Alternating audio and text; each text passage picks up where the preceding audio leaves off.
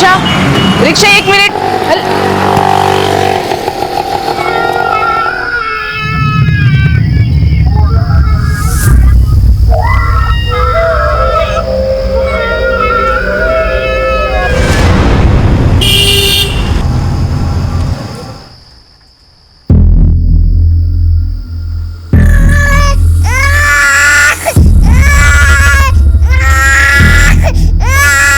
बस बस बस, ये लो बेटा, आप मैगी खाओ। हाँ हाँ जी, आ गई आ गई।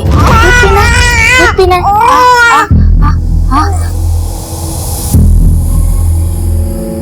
बेटा, आप नूडल्स खा ही नहीं रहे हो, मैं खिला दूं? बस बस बस बस।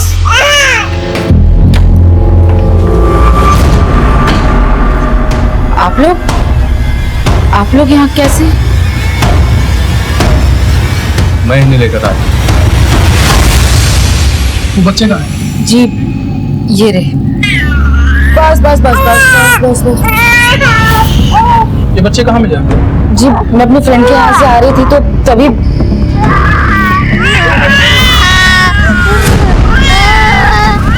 सर मैंने बहुत आवाज दी, लेकिन फिर क्या करती, बारिश होने वाली थी, मैं भी भीगती और बच्चे भी भीग जाते, इसीलिए यहाँ ले आई। सोचा पहले कुछ खिला दूं, फिर आपको फोन करने ही वाली थी मैं। आपको खिला दिया ना?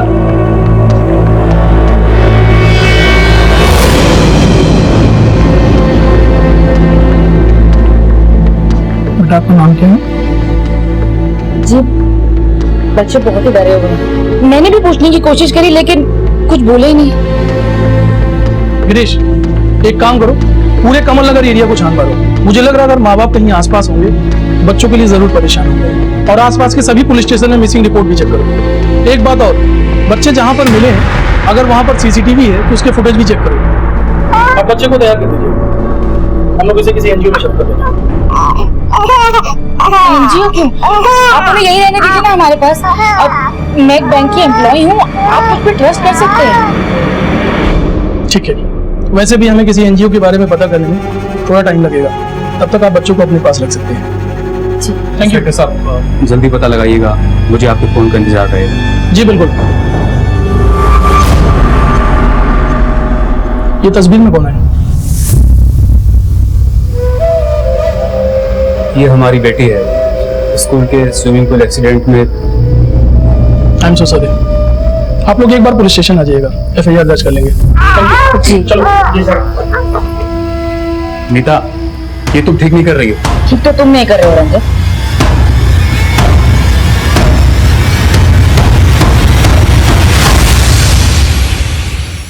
इन दोनों फोटो की जेरॉक्स करा के सारे शहर में पूछ लो। एक्सक्यूज मी सर, बच्चों के पेरेंट्स के बारे में कोई इन्फॉर्मेशन नहीं सर, अभी तक कुछ भी पता नहीं चल पाया। बच्चे नीता अवस्थी के घर पर है। हम एनजीओ से भी पता कर रहे हैं, लेकिन उसमें थोड़ा टाइम लगेगा, इसीलिए फिलहाल बच्चों को उनके घर पर ही छोड़ दिया था। बच्चे वहाँ पर काफी कंफर्टेबल है और फैमिली भी काफी भरोसेमंद है सर। ठीक है, सभी पुलिस स्टेशन से अपडेट लेते रहो और स्टेट के सभी पुलिस स्टेशन से कांटेक्ट करो। हो सकता है ये लोग कहीं बाहर से आए, लेकिन इतने छोटे बच्चों को लावारिसों की तरह छोड़कर मतलब क्यों चलते?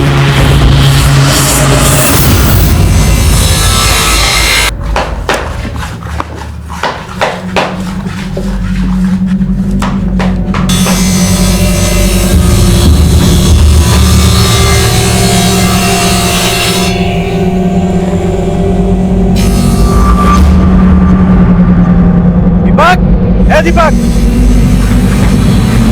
ठीक है?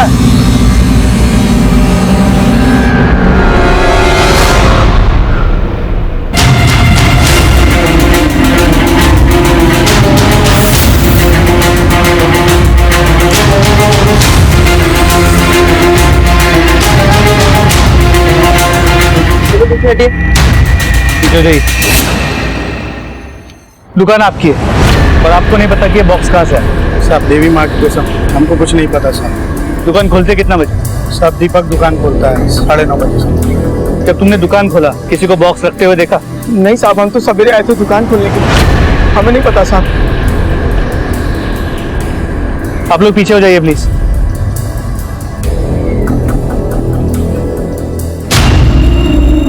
कमल, ये बॉक्स किसी कुरियर कंपनी का लगता है, स्टैम्प भी।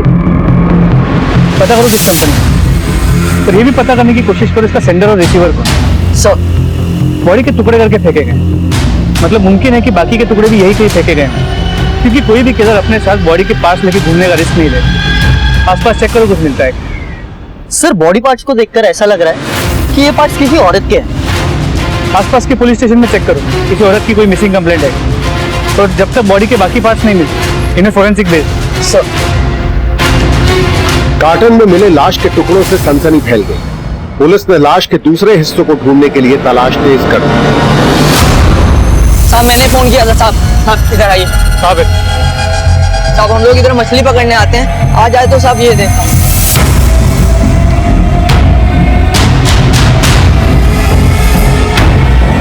कार्टन को बाहर निकाल।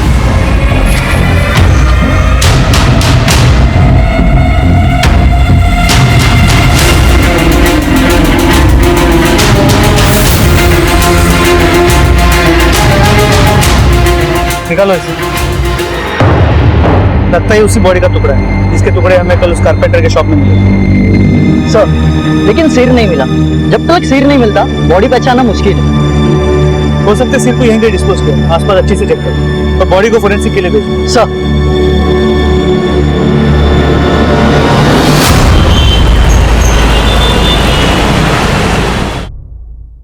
हमारी बेटी रीमा की खबर मिली साहब? देखिए, हमने आपकी बेटी की तस्वीर हर जगह भेजी है, अभी तक कोई इन्फॉर्मेशन नहीं मिली है। हो सकता है वो अपनी प्रेमी के साथ भागी है। हमारी बेटी ऐसी नहीं है साहब। हम तो ये सोच सोच के डर रहे हैं कहीं उसके साथ कुछ गलत न हुआ हो। देखिए, हम पूरी कोशिश कर रहे हैं, जैसे इन्फॉर्मेशन मिलेगी वैसे हम खबर करेंगे आपको। ठीक है, आप लोग जा सकते हैं।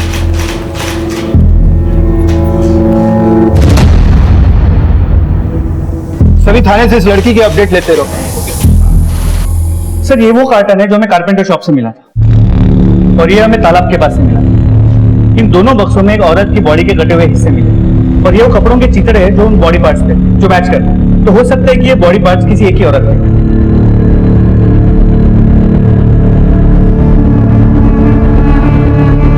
सुनिए, देखिए, दोनों कार्टन्स पे जो टेप है उस पे कोई मार्किंग है जो एक ही तरह की।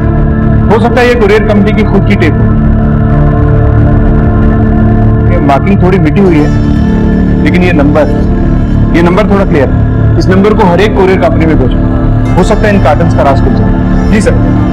पुलिस को लाश के टुकड़े कार्गो कार्टून बॉक्स में मिले थे और केवल इतनी सी लीड से पुलिस ने हजारों कोरियर कंपनीज को खंगालना शुरू किया। जॉन, बच्चों ने कुछ बोला? नहीं सर, मैं वहीं से आ रहा हूँ, लेकिन अभी तक कुछ भी नहीं बताया। ठीक है, उनसे पूछताछ करते रहो। जैसे कुछ बोले मुझे इन्फॉर्म करो। सर कार्टन में जो बॉडी के टुकड़े मिले उन पर एक कपड़ा था जिसपे ये टैग है।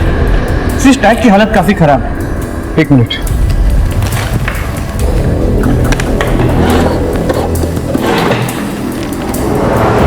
SHEEIA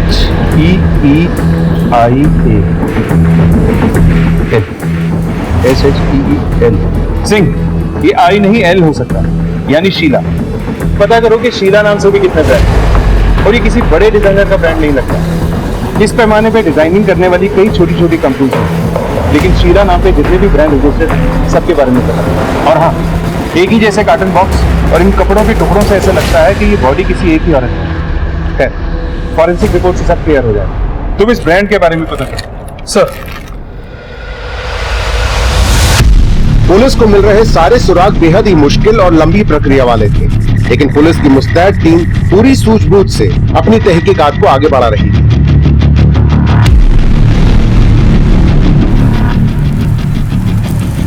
जी हाँ, ये लेबल तो हमारा ही है और ये गारमेंट हम बहुत लोगों को सप्लाई करते हैं। पहले होलसेलर्स, फिर रिटेलर्स और रिटेलर्स में भी शॉपकीपर्स के पास जाते हैं, फिर रोड में बिजनेस करने वालों के पास भी।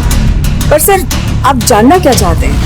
देखिए, हमें एक बॉडी मिली जिस पर एक कुर्ती थी, तो इस कुर्ती में आपका ये लेबल लगा था। ये लेबल मैं आपको बता दूं कि हम 2 साल पहले बनाना बंद कर चुके हैं। हमने अपनी डिजाइन बदल दी है और ये लेबल कुछ महंगे कुर्ते में ही लगते थे जो कुछ खास शहरों में हम बेचते हैं। ठीक है, हमें इन सारे शहरों की लिस्ट है और वहाँ के जो भी शॉपकीपर्स है, रिटेलर्स है, उनकी पूरी जानकारी चाहिए। जय, वो डीलर्स वाली लिस्ट लाना जरा।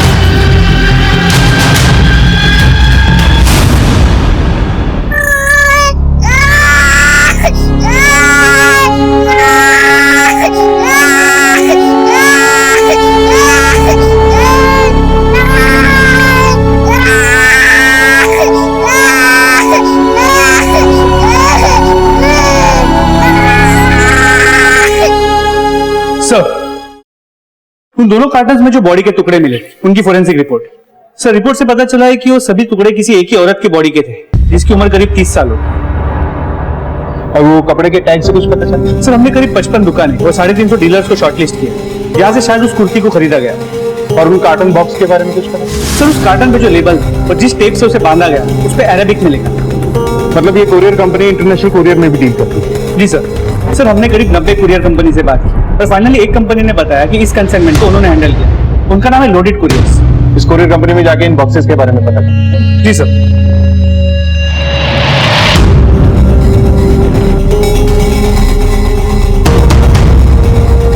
सर, ये नंबर उस कंसाइनमेंट का है जो यूएई से आया था। इसके सेंडर और रिसीवर दोनों नावेद अख्तर। इस नावेद अख्तर का एड्रेस दो। इसकी कंप्लीट रिपोर्ट चाहिए। सर, लोडेड कुरियर कंपनी से पता चला है कि उस कार्टन के कंसाइनमेंट का सेंडर और रिसीवर दोनों एक ही आदमी थे। कोई नावेद अख्तर जो दिल्ली का रहने वाला है। चलो।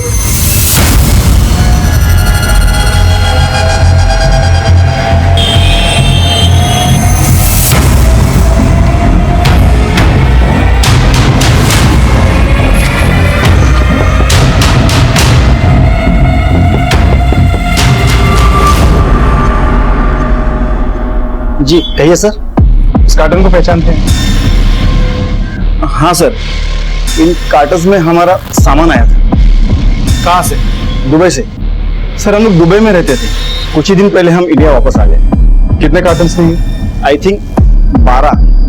नहीं सर, 12 नहीं, 14 कार्टून। हाँ सर, 14 थे। लेकिन अभी तो तुमने कहा 12 थे। सर, क्या है ना कि याद नहीं रहा।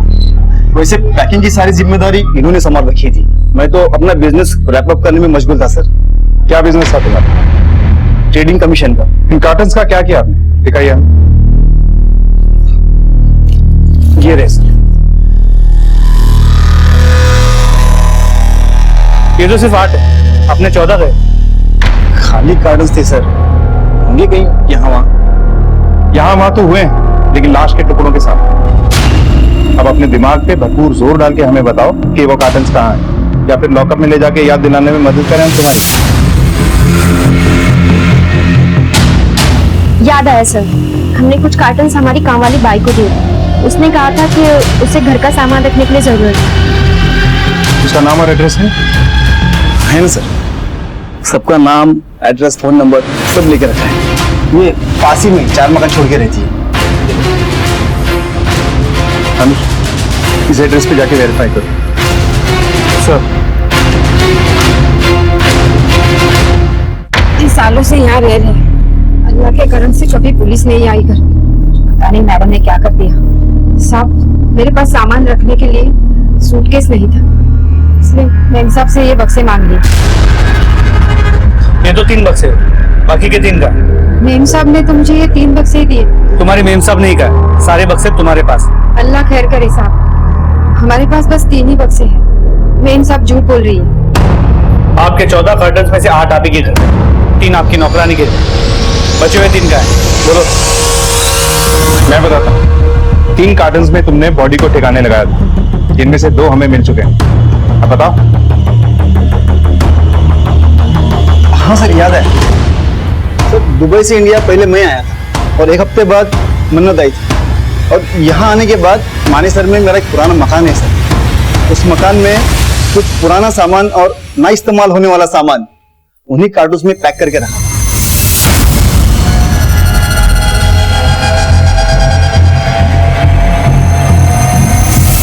सर, इस तरह।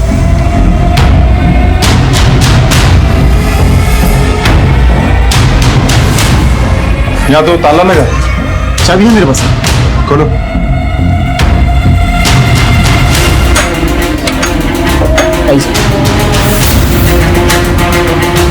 चेक करो पूरा कर।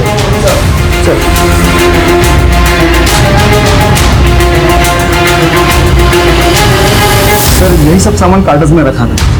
सामान तो ही पड़ा है, कार्टून्स में नजर नहीं है।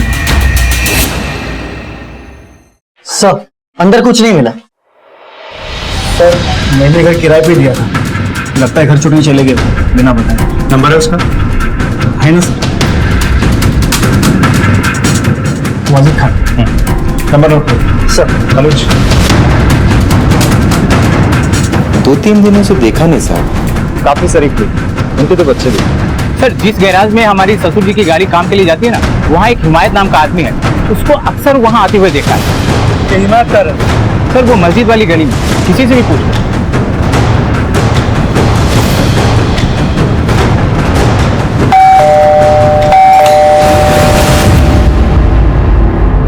जी कहिए। पुलिस। और साहब बात क्या है मतलब? वाजिद को जानते हो? जानता हूँ मतलब साहब मेरा भाई है, सगा भाई है। कहाँ है वो? अपने घर पे होगा और कहाँ होगा साहब? वो घर पे नहीं। तो सर उसकी बीवी होगी घर पे, उससे पूछिए कहाँ है। घर पे ताला बंद है और दोनों के फोन भी बंद है। हम जानना चाहते हैं वो लोग हैं कहाँ। मेरा एक बड़ा भाई है इम्तियाज साहब, मैं उससे फोन करके पूछता हूँ कि शायद उसे मालूम हो साहब। वाजिद या जोया, दोनों में से कोई भी तुमसे कांटेक्ट करे तुरंत हमें बताना। जी जी साहब।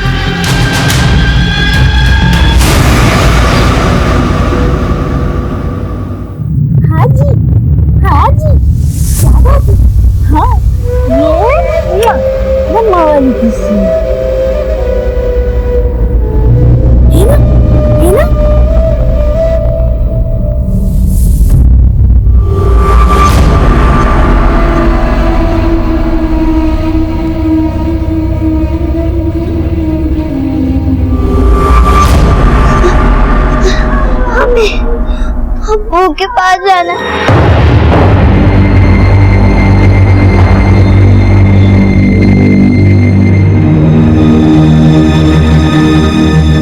किसके पास जाना है बेटा?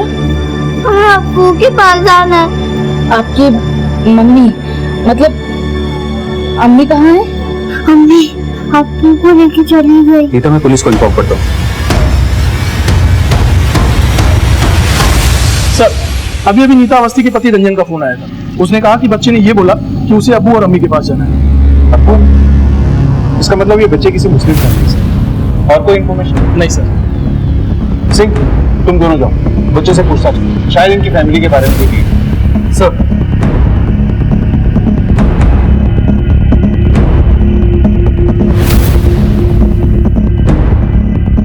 बेटा तुम्हारे स्कूल का नाम क्या है? मेरे स्कूल का नाम मॉडर्न। मॉडर्न क्या बेटा? मॉडर्न। बेटा तुम्हारा स्कूल है कहाँ? मॉडर्न। बेटा तुम्हें वहाँ बस स्टॉप पे छोड़ा किसने था, अब्बू ने या अम्मी? अब्बू ने। तो जब तुम्हें वहाँ अब्बू ने छोड़ा, उन्होंने तुमसे कुछ कहा था? क्या ये कहा था कि वो तुम्हें लेने आएंगे? सर रहने दीजिए ना, वो परेशान हो रहा है। Madam please. बेटा तुम्हारे अब्बू ने क्या कहा था? उन्होंने कहा था कि परी का ख्याल रखें और कोई लेने के लिए आ जाए तो उसके साथ चले जाना।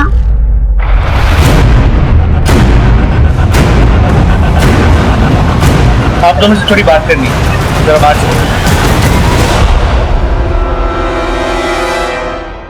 आप इन बच्चों को पहले से जानती है ना?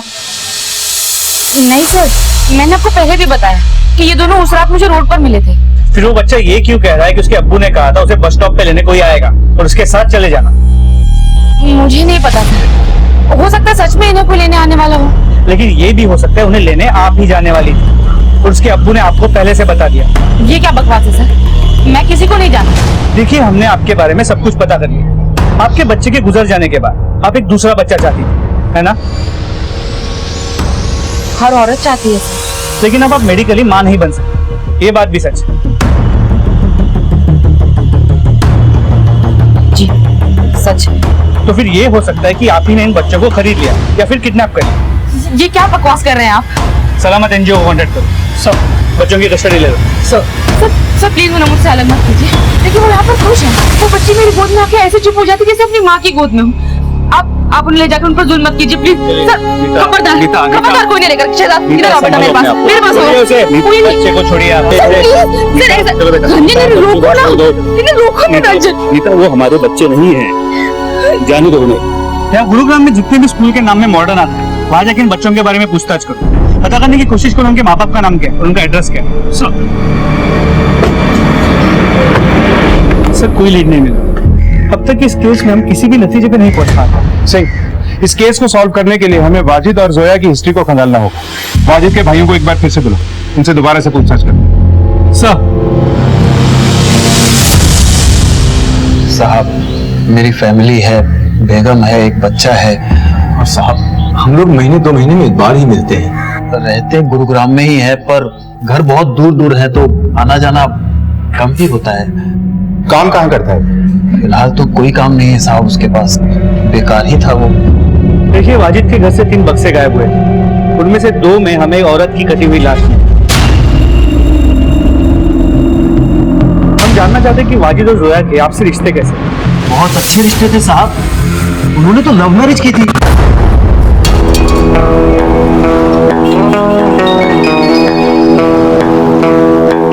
तुम्हें पता है ना जोया, तुम क्या कर रही हो?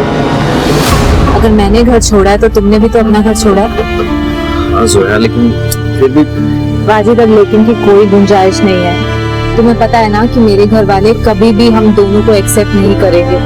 और मेरे भैया तुम जानते हो ना कितने कट्टर है, उन्हें पता चलेगा ना तो हम दोनों को जान से मार देंगे। मैं तुम्हें बहुत खुशी याद दूंगा। 5 साल पहले हमारे घर आए थे साहब।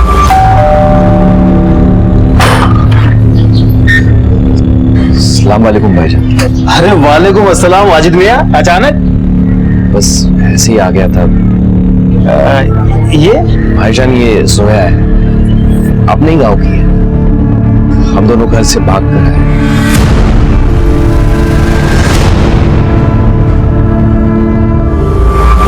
लेकिन एक बात मेरी समझ में, जब वाजिद और जोया दोनों एक दूसरे से प्यार करते थे, दोनों बालिग क्या कमाने की उम्र में थे और दोनों के मजहब भी एक ही, फिर दोनों को भाग के शादी करने की जरूरत क्या?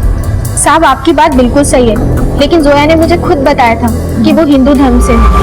भाभी, मुझे आपसे कुछ बात करनी है। हाँ बोलो। भाभी, मैं आप लोगों के धर्म की नहीं हूँ। मेरा नाम जोया नहीं स्वर्णा है। भाभी, मेरे भैया और पापा इस रिश्ते के लिए कभी नहीं मानते। अगर उन्हें जरा सी भी भनक लगती कि मैं किसी और धर्म के लड़के के साथ प्यार करती हूँ तो वो मुझे जान से मार देते और इन्हें भी। इसलिए हम दोनों भाग कर। अच्छा, जोया के बाप और भाई कभी आप लोगों के घर में आए, या उस घर में जहाँ वाजिद और जोया रहते थे? नहीं साहब, यहाँ तो कभी नहीं आए, पर जोया मायके जाने की जिद किया करती थी बार बार। रिश्ते ऐसे थोड़ी टूट जाते हैं साहब। आप लोगों ने आखिरी बार उन दोनों को कब देखा? सब जोया कुछ दिन पहले घर आई थी। भाभी, इसमें मैंने बच्चों का सारा सामान रख दिया है, मैं कल बच्चों को ले जाऊंगी अपने साथ। जोया, क्या बात है? तुम इतनी उदास क्यों लग रही हो? सब ठीक तो है ना? नहीं भाभी, कुछ भी ठीक नहीं है। इनकी नौकरी चली गई है, घर में पैसों की बहुत दिक्कत है। मैंने इन्हें 1000 बार समझाया कि मेरे घर से पैसे मंगवा लेते, लेकिन ये इतने खुददार है कि पैसा मंगवाना ही नहीं चाहते। लेकिन जोया, तुम्हारे भाई ने तो तुम्हें माफ नहीं किया है ना? मैं उन्हें मना लूंगी भाभी। खैर, मैं इन दोनों को छोड़कर जा रही हूँ। मैंने एक जगह नौकरी के लिए अप्लाई किया है, शाम को इंटरव्यू है। खुदा ने चाहा तो ये नौकरी मिल गई तो सब ठीक हो जाए। साहब, अगले दिन आके वो बच्चों को लेके चली गई और उसने ये भी बताया कि उसका इंटरव्यू बहुत अच्छा हुआ है। सर, बच्चे ने मॉडर्न नाम की जिस स्कूल की बात करी थी उसका पता चल गया। ये रही उसकी डिटेल्स। बच्चे के बाप का नाम वाजिद खान और माँ का नाम जोया खान है।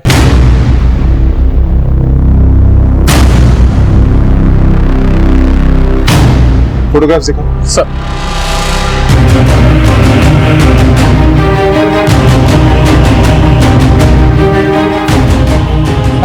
ये दोनों वाजिद के बच्चे हैं,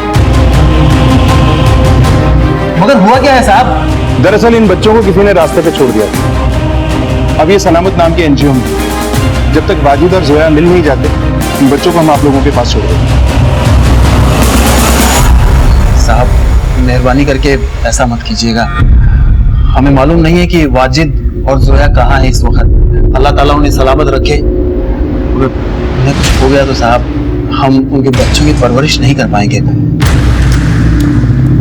ठीक है, मुझे वाजिद का अजमेर का एड्रेस चाहिए और जोया के पेरेंट्स का भी। और हाँ, हमारी इजाजत के बिना आप लोग इस शहर छोड़ के जाने की सोचना नहीं। और जो कुछ भी तुमने मुझे बताया उसमें से जरा सा भी झूठ हुआ तो अंजाम तुम लोग जानते हो। ठीक है, तुम लोग जा सकते हो।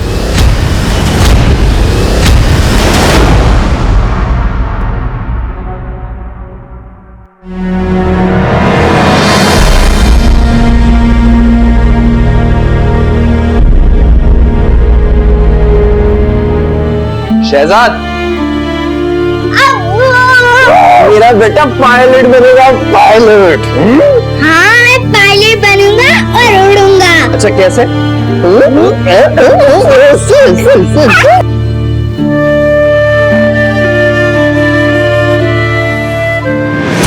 ठीक है, इस बारे में पूरी डिटेल्स मुझे दो। जय। सर, अलीगढ़ पुलिस स्टेशन ने इस लड़की की फोटो भेजी, ये मिसिंग। इसका नाम रीमा है। सर ये देखिए, इसने लगभग इसी तरह के कपड़े पहन रखे हैं जो हमें डेड बॉडी पे से मिले। ये महज एक इत्तेफाक हो सकता है, लेकिन ये भी हो सकता है कि मरने वाली लड़की यही है और ये दोनों केसेस बिल्कुल अलग हैं। You're right, लेकिन सबसे पहले हमें यह पता लगाना होगा कि ये मरने वाली लड़की कौन है। इसे पहचानना मुश्किल है, क्योंकि बॉडी का कटा हुआ सर अभी तक हमें नहीं मिला और कातिल ने जानबूझकर लाश के टुकड़ों को दूर दूर फेंक दिया था ताकि हम कभी भी उस तक ना पहुंच पाए। लेकिन सही, सवाल अब भी कई है। एक ये कि अगर ये मरने वाली लड़की ये रीमा है तो सवाल ये है कि इसे किसने मारा होगा, क्यों, तो इसका वाजिद से क्या कनेक्शन है। और अगर ये जोया है तो जोया और उसके पति को जोया के बाप और उसके भाई से जानकर खतरा था। तो कहीं ऐसा तो नहीं कि वाजिद को भी मार दिया गया, या ये भी हो सकता है कि वाजिद ने इन दोनों में से किसी एक लड़की को मारा और कहीं भाग गया। और अभी हम सिर्फ डीएनए टेस्ट से पता लगा सकते हैं कि ये बॉडी जोया की है या रीमा की। सही कह रहे हो। एक काम करो, चौहान को बोलो कि उन बच्चों का ब्लड सैंपल लो और इस रीमा के माँ बाप का भी ब्लड सैंपल। और तुम ऐसा करो कि एक टीम लेके अजमेर जाओ, वहां की लोकल पुलिस से मदद लेकर जोया और वाजिद के बारे में बताओ। सर, अलीगढ़ पुलिस से मिले नए सुराग से पुलिस और भी उलझ गई थी। अब इस केस के तार बाहरी इलाके से जुड़ गए थे। जोया और वाजिद कहाँ थे? मीता को बच्चों का मिलना क्या महज एक इत्तेफाक था या कोई राज? पुलिस ने अपनी जांच टीम बढ़ा दी थी जो दिन रात इस गुत्थी को सुलझाने में लगी थी। तो आपका मतलब है वाजिद यहाँ नहीं है? जी हाँ, वाजिद जिस रोज से इस घर से गया उसने अपनी शक्ल तक नहीं दिखाई। उस लड़की का भाई जब देखो मुंह उठा के आता है और हमें धमका के चला जाता है। मेरी जोया से शादी के बाद उन्होंने फोन किया था मुझे। सुहाना आपा, तुम कहाँ चले गए हो वाजिद? वापस आ जाओ। मैं जल्दी लौटूंगा। सुहाना, फोन दे, अब फोन दे मुझे। वाजिद, इस बीवी से कहो कि अपने उस कमजोर भाई को समझाए जो आए दिन घर में आकर धमकियां देकर जाता है, आपा की इज्जत लूटने की बात करता है। आखिरी बार वाजिद से कब बात हुई? करीब 20-25 दिन पहले। बहुत परेशान थी, बता रहे थे उनकी नौकरी चली गई। वाजिद के घर से कुछ बक्से गायब हुए थे, उनमें से एक में हमें एक लड़की की लाश मिली। हो सकता है वो जोया हो। और वाजिद का भी कुछ पता नहीं चला, ये भी नहीं पता कि वो जिंदा है या नहीं। वाजिद का किसी रीमा नाम की लड़की के साथ संबंध था? अल्लाह मेरे भाई भाभी की जोड़ी सलामत रखे। अरे वो तो किसी दूसरी औरत के साथ ताल्लुक रखने का सोच ही नहीं सकते। अब उनके बच्चे कहाँ हैं सर? उनके बच्चे फिलहाल एक एनजीओ में। अगर आप लोग उन्हें अपनाना चाहते हैं तो आप लोग अप्लाई कर सकते हैं।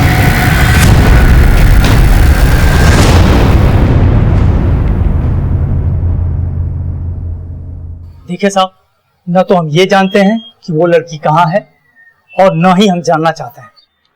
आपकी स्वर्णा से आखिरी बार बात कब हुई थी? 5 साल पहले, जब वो इस घर की बेटी थी और मेरी बहन थी। उसके बाद कभी उसने कॉल नहीं किया। हमें आपके ब्लड सैंपल चाहिए। क्यों?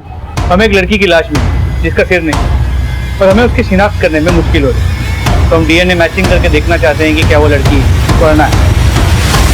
हमारी बदकिस्मती है कि उसकी रगों में भी हमारा ही खून दौड़ रहा है और भगवान से मानूंगा कि लाश उसी की हो। सब अजमेर में जोया और वाजिद दोनों के घर वालों से बात हुई। मुझे लगता है कि ऑनर किलिंग का केस हो सकता है, क्योंकि वाजिद के घर वालों ने बताया कि जोया और वाजिद के भाग जाने के बाद जोया के भाई राज ने वाजिद के घर वालों को कई बार धमकाया और ये भी कहा था कि अगर जोया और वाजिद वापस आए उन्हें मार दे। तुम ठीक है तुझसे, ये ऑनर किलिंग का मामला हो सकता है। एक काम करो, राज की कॉल रिकॉर्ड से करवाओ और गुरुग्राम में जहाँ ये वाजिद रहता है वहाँ लोगों को राज की फोटो दिखाकर पूछो क्या कभी किसी ने उसको वहां देखा। सर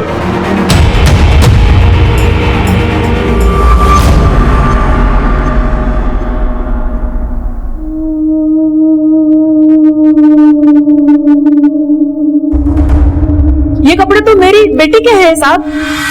आप लोगों को पूरा यकीन है कि ये कपड़े आपकी बेटी की? मुझे आज भी वो दिन याद है जिस दिन वो ये कुर्ती खरीद कर लाई थी। बहुत अच्छी है, तुझमें बहुत खिलेगी। देखिए हमें एक लड़की की कटी हुई लाश मिली, ये कपड़े उसी लाश पर से इस बात को कंफर्म करने के लिए हमें आप लोगों का ब्लड सैंपल चाहिए। डीएनए मैच होगा तो ये बात कंफर्म होगी कि वो लाश आपकी बेटी रीमा की है। सर आपने सही कहा। जोया के भाई राज की मोबाइल की लोकेशन 27 अगस्त और उसके 1-2 दिन बाद यहाँ गुरुग्राम में वाजिद के घर के आसपास की रही है। सर ये देखिए, इस राज को उठाओ और सख्ती से पूछताछ करो। सर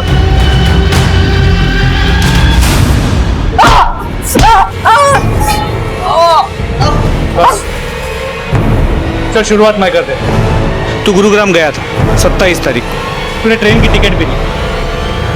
अब आगे की कहानी बोल। मैं स्वर्णा और उसके आशिक दोनों को मारना चाहता था। एक दोस्त ने मुझे उनका पता बता दिया था। उस दिन मैं उनके घर चला भी गया था, लेकिन वहां ताला लगा था। उसके बाद मैं रोज उनके घर जाता था, लेकिन घर लॉक रहता था। राज ये तो सिर्फ तेरी आधी कहानी है, तेरी आगे की कहानी मैं बताता हूँ। तू उनके घर गया, घर के अंदर भी गया और तूने उन दोनों को मार दिया। जोया की लाश तुम्हें मिल गई। अब ये बता कि तूने वाजिद की लाश को कहाँ ठिकाने लगाया, बोल। काश मैं अपने हाथों से उन दोनों की जान ले सकता। उन्होंने कोई इतना बड़ा गुनाह नहीं किया था, सिर्फ जिससे प्यार किया उसी से शादी की। इसे तब तक अंदर रखो जब तक वाजिद का कुछ पता नहीं चलता। जैन सर बच्चों की डीएनए रिपोर्ट आ गई थी।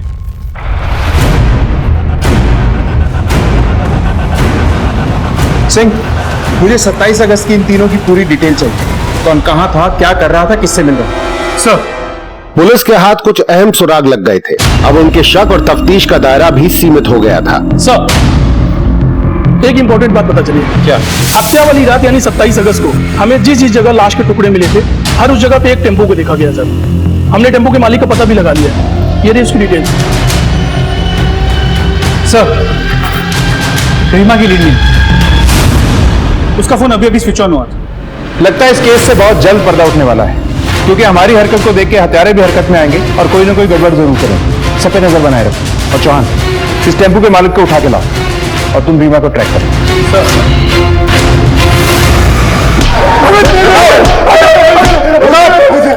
खड़े हो। अगर तुम लोगों को ये लग रहा है कि तुम्हें मारते मारते हम लोग थक जाएंगे तो गलत फहमी है तुम्हारी। शिफ्ट बदल बदल के मारेंगे तुम लोगों को। बताता हूँ साहब, उस रात हिमायत मेरे घर आया। ये बहुत घबराया हुआ था साहब। सब खैरियत तो है ना? खैरियत तो नहीं भाईजान, हमें वाजिद के घर अभी निकलना होगा।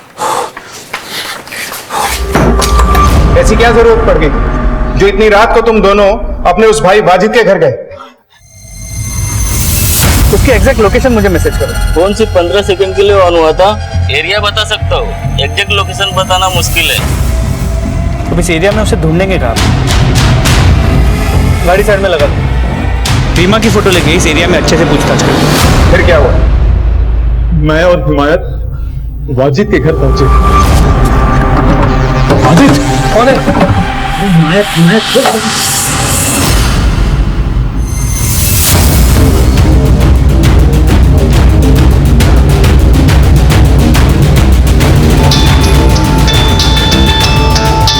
हाँ बोलो सर, इसने अभी फोन ऑन किया है। इसके पहले कि उसका फोन स्विच ऑफ हो जाए उसका लोकेशन ट्रेस करो। इमीडिएटली भेजो मुझे।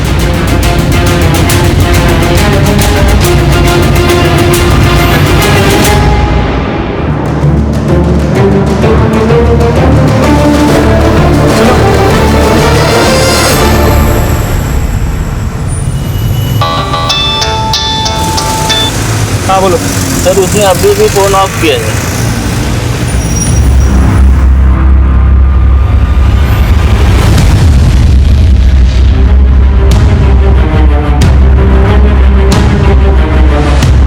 ये क्या किया? मेरे पास और कोई रास्ता नहीं था भाईजान। पागल हो गए और बच्चे बच्चे अंदर सोए, कैसे भी करके इसको ठिकाने लगा देते। भाईजान मुझे जेल नहीं जाना है, प्लीज प्लीज मुझे बचा लीजिए।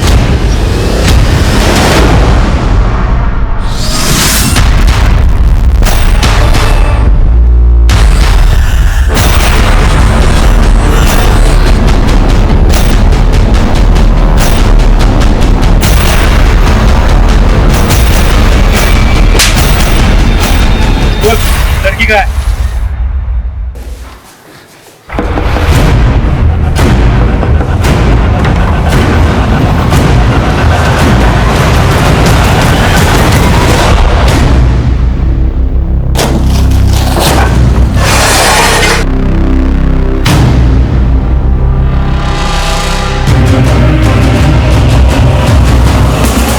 साहब, लाश को ठिकाने लगाने के लिए मैंने और हिमायत ने सिर्फ वाजिद की मदद की, हमने किसी को मारा नहीं साहब। भाईजान सच कह रहे हैं, तुम लोगों ने एक मुजरिम का साथ दिया, पुलिस से बात छुपा के इन्वेस्टिगेशन को गुमराह किया। देखते जाओ तुम लोगों पे कितनी दफाई लगेगी। तब तक तुम्हारे उस लाडले भाई से पूछते हैं कि आखिर हुआ क्या। साहब साहब साहब साहब सिंह, प्लीज प्लीज प्लीज मत पढ़िए। चल वो, ये सब क्यों किया? वरना उल्टा लटका के मारूंगा। सर, मेरी और जोया की शादी हो गई थी, मैं उससे बहुत प्यार करता था। वो दूसरे धर्म के होने के बावजूद उसने हमारे मजहब में अपने आप को बहुत अच्छे से ढाल लिया था। उसके घर की माली हालत भी बहुत बेहतर थी हमसे। और यहाँ मैं 2 वक्त की रोटी के लिए दर दर भटक रहा था। नौकरी ढूंढ रहा था मैं, पर मिल नहीं रही थी। मैंने जोया से जो भी वादा किया था वो मैं पूरा नहीं कर पाया था, इसलिए दिन ब दिन वो गुस्सा हो रही थी मेरे ऊपर। वाजिद, सिर्फ प्यार मोहब्बत से घर नहीं चलता, घर चलाने के लिए बहुत सारी चीजें चाहिए होती है। तुम खुद तो काम नहीं करते, कम से कम मुझे तो काम करने दो। हाँ तो करो ना, मैंने कब मना किया तुम्हें? वाजिद, मैं सिर्फ अपने लिए नहीं इस घर के बारे में सोच रही हूँ। अरे यार तो सोचो ना, जाओ प्लीज, मेरा दिमाग खराब मत करो यार। मैं दिमाग खराब कर रही हूँ? मैं दिमाग खराब करूँ कि तुमने मेरा दिमाग खराब कर रखा है? तंग आ गई हूँ मैं इस घर में। रोज रोज की किटकिट की वजह से वो मेरे दिल से उतर रही थी। एक दिन दोस्त की शादी के सिलसिले में मैं चंपारण गया, तब मैंने रीमा को पहली बार देखा था। पहली नजर में मुझे पसंद आ गई थी और मैं भी रीमा को पसंद आ गया। मैं इसे सब कुछ सच सच बताने वाला था, लेकिन मैं डर गया था कि अगर इसे सब कुछ सच सच बता दूं तो ये मुझे छोड़ देगी। इसलिए मैंने एक दिन इसे गुरुग्राम बुला लिया, लेकिन हम दोनों को जोया ने साथ में देख लिया और वो मुझ पर बहुत गुस्सा हो। वाजिद,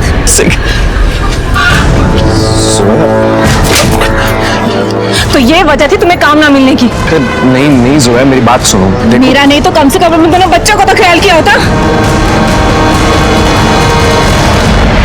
अच्छा नहीं किया तुमने। जोया मेरी बात सुनो, तुम जोया देखो रीमा, देखो ऐसा कुछ नहीं है। उसके बाद रीमा भी मुझसे दूर जाने लगी। रीमा प्लीज मेरी बात तो सुनो। रीमा मुझे समझाने का मौका दो प्लीज प्लीज, मुझे ऐसे छोड़कर मत जाओ। मेरे लिए तो तुम्हारे पास कोई जगह ही नहीं है। रीमा, मैं तुम्हारे लिए अपने दिल में भी जगह रखूंगा और अपने घर में भी। ठीक है, तो पहले अपनी बीवी से छुटकारा पाओ और अपने बच्चों से नहीं जाओ। कर पाओगे? मैंने कहा कर पाओगे? लेकिन जैसे तैसे मैंने रीमा को मना लिया। मैंने जोया से कहा था कि अगर तुम घर से जाना चाहती हो तो जा सकती हो, लेकिन अभी बच्चों को भी साथ में लेके जाना पड़ेगा। तुम जैसे घटिया साथ रहना ही नहीं है मुझे। तुम्हें मेरे साथ नहीं रहना है? जाओ अभी के अभी यहाँ से जाओ और अपने बच्चों को भी साथ में लेके जाओ। वो सिर्फ मेरे बच्चे तुम्हारे कुछ नहीं लगते? एक दूसरी औरत के लिए तुम मुझे घर से निकाल रहे हो? हाँ, मैं जाऊंगी, मैं जाऊंगी, लेकिन पुलिस स्टेशन जाऊंगी, तुम्हारे माँ बाप के घर जाऊंगी, अपने घर जाऊंगी। सर मैं उसे मारना नहीं चाहता था, लेकिन मेरे पास कोई दूसरा रास्ता भी नहीं था। लाश को ठिकाने लगाने के लिए मैंने हिमायत भाई और इम्तियाज भाई को बुला लिया। हेलो हिमायत भाई, आप जल्दी घर आ जाइए। वो जोया। सर मैं उसे मारना नहीं चाहता था, मैं रीमा से शादी करना चाहता था। रीमा को लेकर भाइयों से पैसे लेकर कहीं दूर जाकर बसना चाहता था, लेकिन रीमा मुझे बच्चों के साथ एक्सेप्ट नहीं कर रही थी। दोनों लड़कियों पे एक जैसे कपड़ों की क्या पहेली है? एक्चुअली मैंने एक जैसे 2 ड्रेस लिए थे और वो दोनों को गिफ्ट किए थे। शरीर के बाकी हिस्से तो हमें मिल गए, सर नहीं मिले। कहाँ फेंका था उसे? गुरुग्राम के आगे खाई है, उसी के नाले में डाल दी। और ये रीमा के साथ कब से डेरा जमाया हुआ था तुम्हें? हमें पता चला कि पुलिस हरकत में आ गई है, इसलिए हमें भागने का मौका ही नहीं मिला। सर 2 कश्तियों में सवार होकर मैं डूब गया सर मुझे माफ कर दीजिए, मुझसे गलती हो गई। 2 कश्तियों की सवारी तूने अपनी मर्जी से की, अपनी सुकून भरी जिंदगी को बर्बाद भी तूने खुद किया, अपनी पत्नी का खून किया, अपने बच्चों को दूसरे के हवाले कर दिया और चला था किसी और से प्यार जताने। एक शादीशुदा और 2 बच्चों के बाप होकर और रीमा से रिश्ता जोड़कर सिर्फ अपनी ही नहीं, तुमने कई जिंदगियां बर्बाद कर दी। अब सड़ते रहना सारी जिंदगी जेल। जो बांधने से बंधे और तोड़ने से टूट जाए उसका नाम है बंधन, और जो अपने आप बन जाए और जीवन भर ना टूटे उसका नाम है संबंध। और संबंधों में एक दूसरे के प्रति विश्वास और सम्मान है इसकी मजबूती। जहां सगे बाप ने अपने बच्चों से रिश्ते का बंधन तोड़ लिया, वहीं नीता ने उन बच्चों से हमेशा के लिए संबंध जोड़े रखने के लिए उनकी लीगल कस्टडी के लिए एप्लीकेशन दायर कर दी है, जो अदालत में जेर गौर है। याद रखिए, रिश्ते महज जोड़े नहीं जाते, निभाए जाते हैं। इस तरह के और भी एपिसोड देखने के लिए हमारे चैनल को सब्सक्राइब करें और बेल आइकन दबाना ना भूलें।